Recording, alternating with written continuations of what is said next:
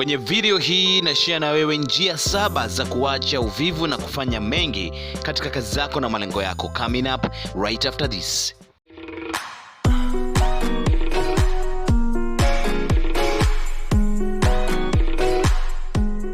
Karibu sana kwenye channel hii. Mimi naitwa Zaidi Gomero. Kwenye channel hii na share na wewe masomo chanya juu ya mambo mbalimbali katika maisha na kuhakikisha tunakuwa sehemu ya mafanikio yako. So kama upo interest na hilo, then subscribe na bonyeza alama ya kengele ili kupata taarifa kila ninapo-upload video mpya. Njia 7 za kuweza kuacha uvivu na kufanya mengi zaidi katika kazi zako na malengo yako.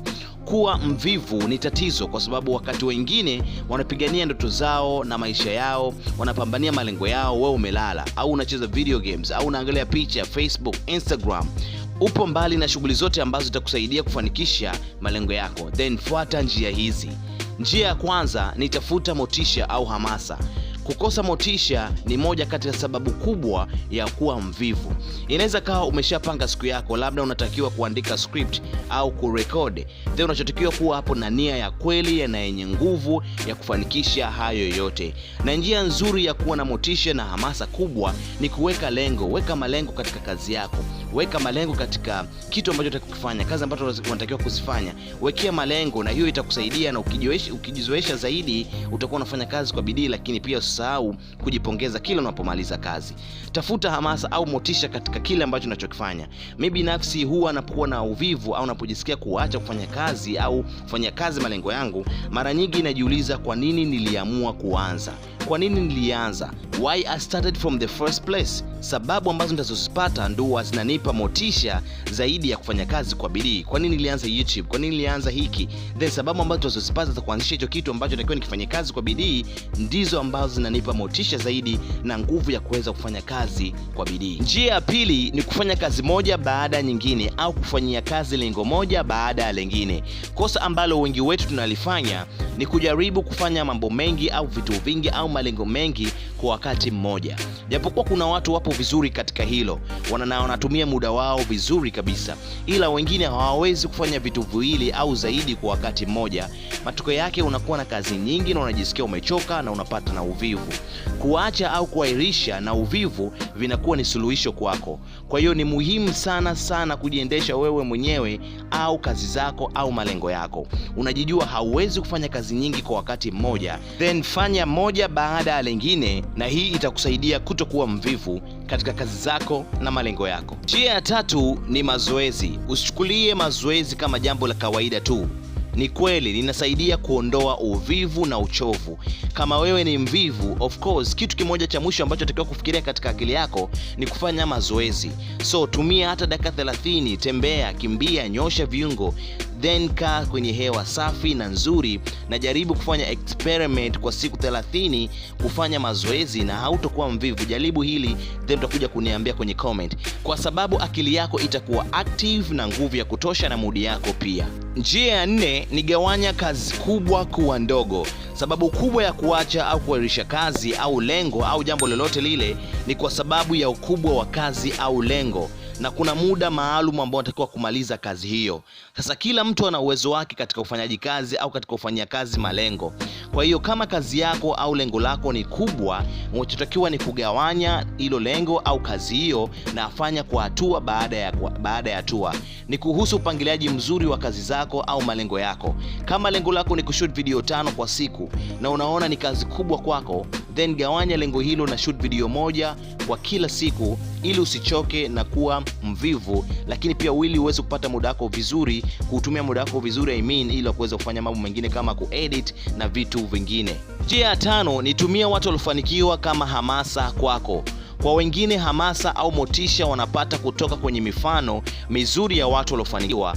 Kama ni mtu ambaye anajulikana au yupo kwenye mazingira yako ya kila siku, jipe moyo wewe mwenyewe kwa kufuatia mifano mizuri ya watu waliokuwa wanaishi pamoja na wewe, lakini waliweza kupambana na kufanikiwa.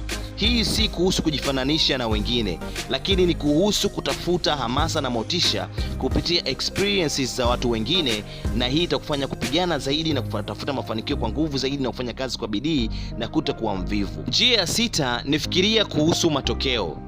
Kama hauwezi kufikiria sababu chanya ya kuanza, kumbuka matokeo ya kazi unayoifanya.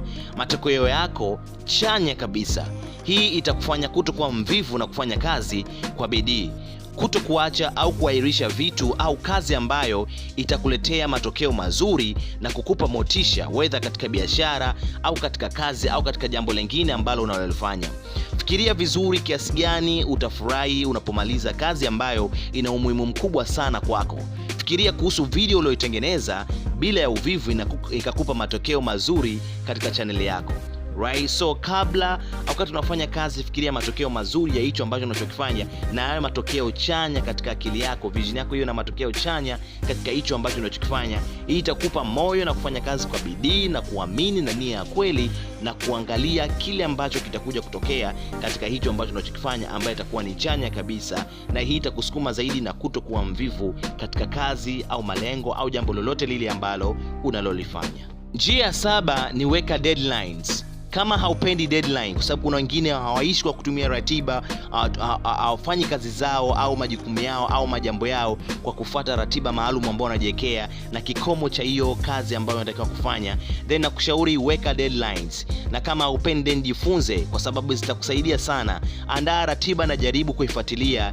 Inaweza ikawa ni kitu kigumu sana kwako kuanza, lakini kama ukijizoesha hili, kila kitu kitakuwa rahisi baadaye. Kikubwa ni kuwa serious na unachokifanya na weka commitment katika hicho ambacho unachokifanya. Kila mtu anataka malengo, kusudio na vitu vingine vifanikiwe katika upande wake na maisha yake. Hii itahitaji bidii sana, kufanya kazi kwa bidii sana, kuvumilia na kuweka commitment katika kitu ambacho unachokifanya. Japokuwa uvivu upo kiasili kwa kila mwanadamu, ila unatakiwa kuwa makini, kwa sababu una nafasi ya kukutumia na kuzuia ukuaji wako binafsi. Kumbuka, mafanikio hayaji kwa mtu ambaye ni mvivu. So fanya kazi kwa bidii na jitume zaidi katika malengo yako na katika majambo yako. Swali la leo, nini kinakupa motisha au hamasa katika kazi au malengo au katika jambo lolote lile ambalo unalifanya? Niandikie chini ya comment below. Kama umeipenda video hii na upo tayari kufanyia kazi haya ambayo niloshare na wewe leo, then like video hii, comment na share kwa watu wengine ili wapate kujifunza zaidi. Subscribe channel yangu kama bado hujafanya hivyo, na bonyeza alama ya kengele ili kupata taarifa kila ninapo-upload video mpya. Ila ni njia pekee ya kuweza kusupport channel hii ili niweze kutengeneza content nzuri zaidi. In the meantime, see you soon.